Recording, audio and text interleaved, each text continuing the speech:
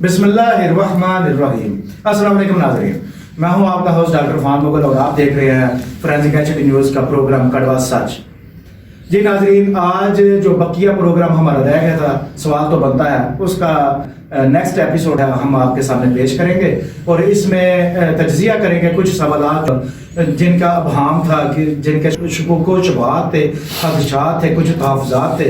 खदशात को दूर करने और तहफ़्फ़ुज़ात अपने पेश करने के लिए, अपना तज्जिया पेश करने के लिए हमेशा की तरह हमारे साथ मौजूद हैं सीनियर एनालिस्ट तारिक बशीर भट्ट, जो कि फोरेंसिक एचडी न्यूज़ के चीफ एडिटर भी हैं।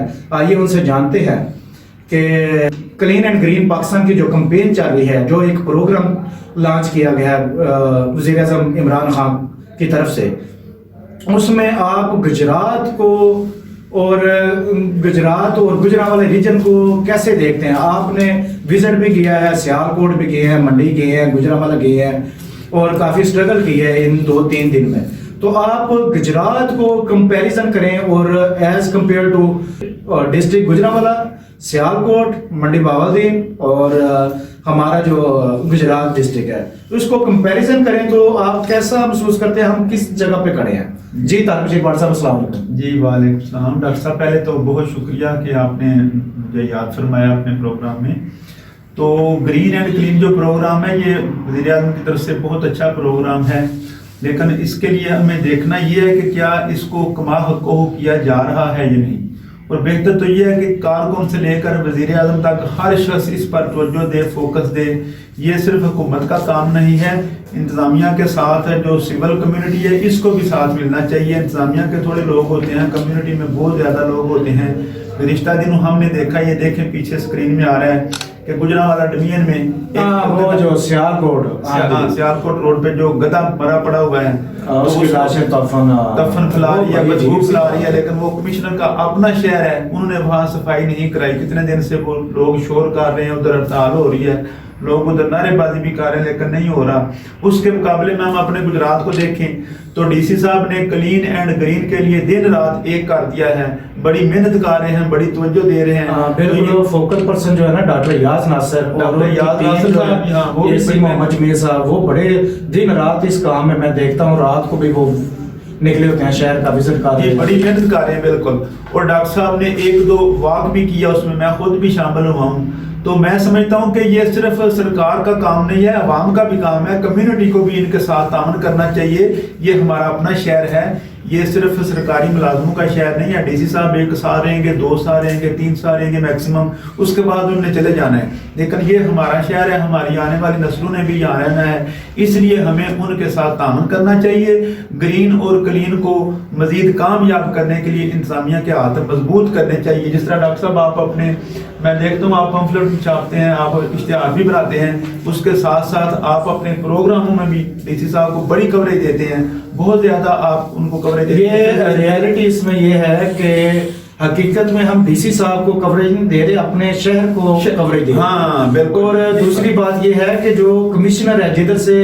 यानी कि ये आर्डर आता है या जो टास्क दिया जाता है, उस शहर की इतनी बुरे हालात हैं, इस तरह के लाशें पड़ी हैं, तोफन है और गंदगी के ढेर लगे हुए हैं। मेन जो बाईपास है, मेन जो रोड है उधर, वो इतनी खस्ता हाल है, इतने मैं क्या बयान कर सकता हूँ उस कंडीशन। एज कम्पेयर टू अगर गुजरात को देखें, मंडी को देखें और डिस्ट्रिक्ट सियालकोट देखें, डिस्ट्रिक्ट सियालकोट भी कुछ बेहतर है, लेकिन गुजरात अल्हम्दुलिल्लाह मैं सकता हूँ कि डॉक्टर खुर्रम शहजाद साहब और डॉक्टर याज रासा साहब फोकल पर्सन है ग्रीन एंड क्लीन प्रोग्राम के, और एसी मोहम्मद जमील साहब, ये बड़ी मुजाहिदाना और बड़ी अपनी स्ट्रगल कर रहे हैं। और ऐसे सर्कमस्टांसेस जिसमें फंड भी नहीं और हालात भी ऐसे हैं, और इनमें सरवाइव करना बहुत मुश्किल है।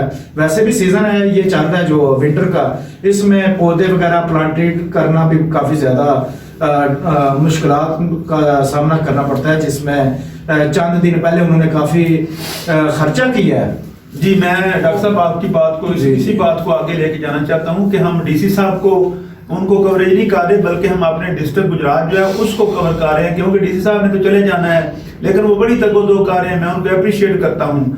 یہ ضلع ہمارا ہے، ہماری عوام کا 27 لاکھ گجرات میں عوام ہے، یہ ہم سب کا ہے. تو ہمیں کوشش یہ کرنی چاہیے کہ ہم کوڑا اٹھا کر نالی میں نہ پھینک دیں، بلکہ وہ کوڑا جو مناسب جگہ ہے یا جو انہوں نے جگہ بنائی ہے وہاں رکھیں، تاکہ سینٹری ورکر جو ہیں ان کے لیے آسانی رہے، وہ آسانی سے اٹھا کر اپنی جگہ سے لے جائیں. وہ ہمارے لیے بھی بہتر ہے اور انتظامیہ کے لیے بھی آسانی. میں ابھی تقریباً 3-4 دن سے مختلف ڈسٹرکٹ کا وزٹ کیا ہے، تو گجرات میں یہ دیکھیں اسکرین میں پیچھے دیکھ رہے ہیں کہ گجرات میں اسپیشل جو ہے انہوں نے باسکٹ وغیرہ میونسپل کارپوریشن کی طرف سے وہ باکسز رکھے ہیں، اسپیشل کنٹینر رکھے ہیں تاکہ جتنا بھی گاربیج ہے، جتنا بھی اس قسم کا جو آپ کا کوڑا کرکٹ ہے وہ اس میں ڈالیں اور اپنے سوسائٹی کو، اپنے ماحول کو، اپنے معاشرے کو خوبصورت سے خوبصورت تر بنائیں.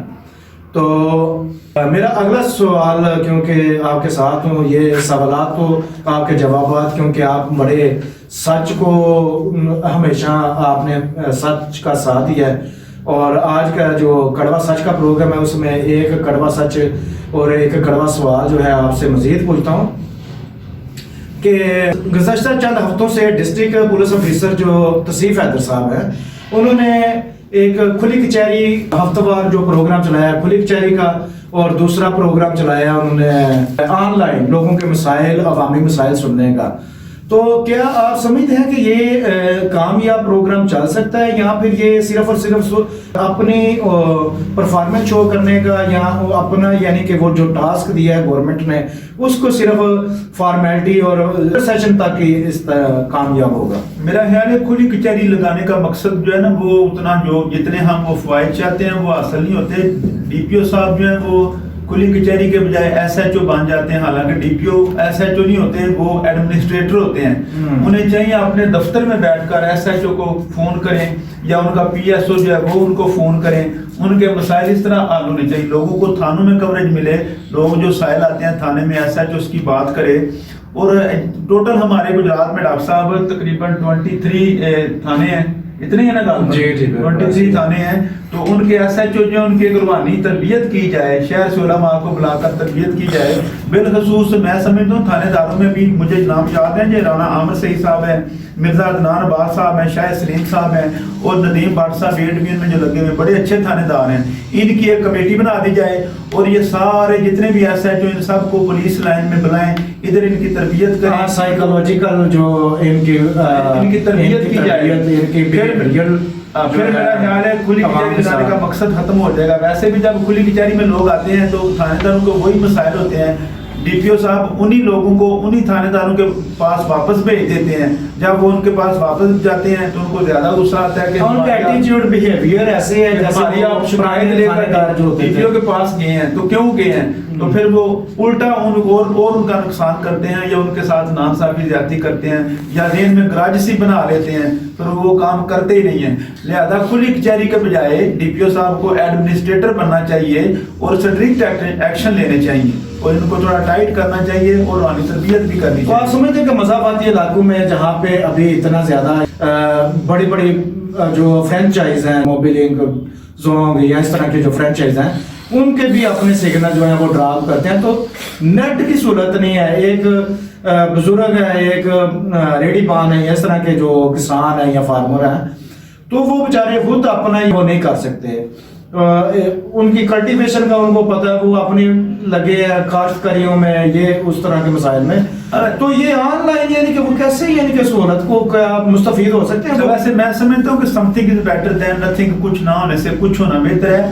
کچھ نہ کچھ لوگ ان سے رابطہ کر لیتے ہیں، لیکن مجموعی طور پر جتنا زیادہ فائدہ ہم حاصل لے سکتے ہیں وہ فائدہ ہمیں مل نہیں پا رہا، کیونکہ آن لائن ہر شخص کے پاس وہ وسائل نہیں. کتنے لوگ بیچارے غریب ہیں، لوگ روٹی نہیں کھا سکتے، لوگوں کے پاس ایسے موبائل نہیں ہیں جو آن لائن جن سے بات کی جا سکے، یا نیٹ بھی نہیں بعض دفعہ ہوتا، یا وسائل نہیں ہوتے. تو آن لائن بھی وہ جو ہمیں فائدہ مل سکتا ہے عوام کو، وہ فائدہ نہیں ملتا. لہذا اس کو بھی میرے خیال کے مطابق چلیں، میں یہ سمجھتا ہوں کہ جتنا فائدہ ہو سکتا ہے ملتا ہے فائدہ، لیکن مجموعی طور پر ہمیں اتنا فائدہ نہیں ملتا ہے اس کا. اچھا، تو نیکسٹ کیونکہ آپ کے پہلے پروگرام کی مقبولیت کے بعد کافی لوگوں نے کالز کی ہیں، اس میں اسپیشلی گورنمنٹ کے ملازمین ہیں، سرکاری ملازمین، उनको एक उनके मसाइल तो काफ़ी ज़्यादा है, लेकिन उनको दरपेश मसला अभी जो ज़्यादा पेश आ रहा है, जो रिटायरमेंट में यानी मंथली उनका 30-25 हज़ार रुपया वैसे यानी कि वो मंथली पे सरकार उनको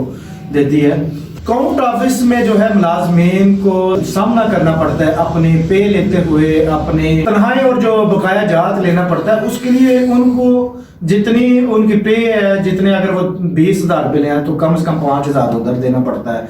अदरवाइज उनको मसाइल जो है सॉरी एक्सक्यूज मी, अगर अदरवाइज जो है उनके मसाइल जो है वो हल नहीं होते और वो मसला लटकता लटकता कई माह तक चला जाता है। उनके घर के किचन के मामलात है या स्कूल के बच्चों की स्कूलिंग जो है उसके मामलात है वो काफ़ी ज़्यादा डिस्टर्ब हो जाते हैं।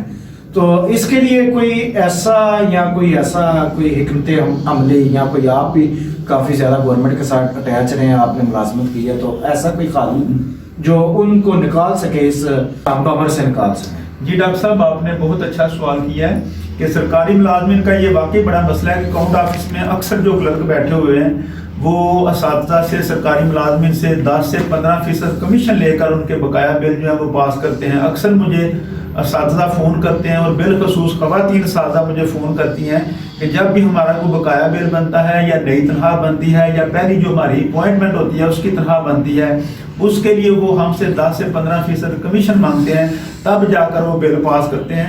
मैंने 1-2 दफ़ा अकाउंट ऑफिसर से बात की है, वो बड़े अच्छे आदमी हैं। उन्होंने मुझे ये भी कहा कि तारिक साहब कोई भी ऐसा मसला हो मेरे नोटिस में लाएं, आप सिर्फ फ़ोन कर दिया करें, आप सिर्फ निशानदेही कर दिया करें, मैं लोगों के मसाइल हल करने के लिए बैठा हूँ। लेकिन निचली सतह पे जो क्लर्क है ना वो ऐसा करते हैं। मैं समझता हूँ बात अगर टाइट हो, सही हो, दयानतदार, ईमानदार हो तो क्लर्क की क्या जरूरत है। क्लर्क भी ऊपर पैसे देता है, क्लर्क की भी ये मजबूरी होती है। ऊपर दरअसल जो काउंट ऑफिसर है उसको ईमानदार लाना जरूरी है ताकि फिर वो नीचे वालों को मैं तो समझता हूं लास्ट समय एक और डॉक्टर साहब मैं जो बात करना चाहता हूँ कि जो सरकारी मुलाजमीन रिटायर होते हैं, मुझे अक्सर ने बताया कि रिटायरमेंट लेने के लिए 25-30 और बाद 35,000 40,000 रुपया मुख्तलिफ क्लर्कों को रिटायरमेंट के कागजात तैयार करने और पेंशन लेने की मद में दिए जाते हैं। तो इसकी भी रोकथाम होनी चाहिए। मैं आपके प्रोग्राम की वसातत से कड़वा सच की वसातत से काउंट ऑफिसर साहब से बिलखसूस मैं डीसी साहब से भी ये गुजारिश करना चाहता हूँ कि इस तरफ भी तवज्जो दें। मुलाजमिन जिन्होंने सारी ज़िंदगी अपनी जवानी मुलाजमत को दी होती है, वो बेचारे फिर पेंशन लेने के लिए खजल खुआर उधर हो रहे होते हैं, धक्के खा रहे होते हैं।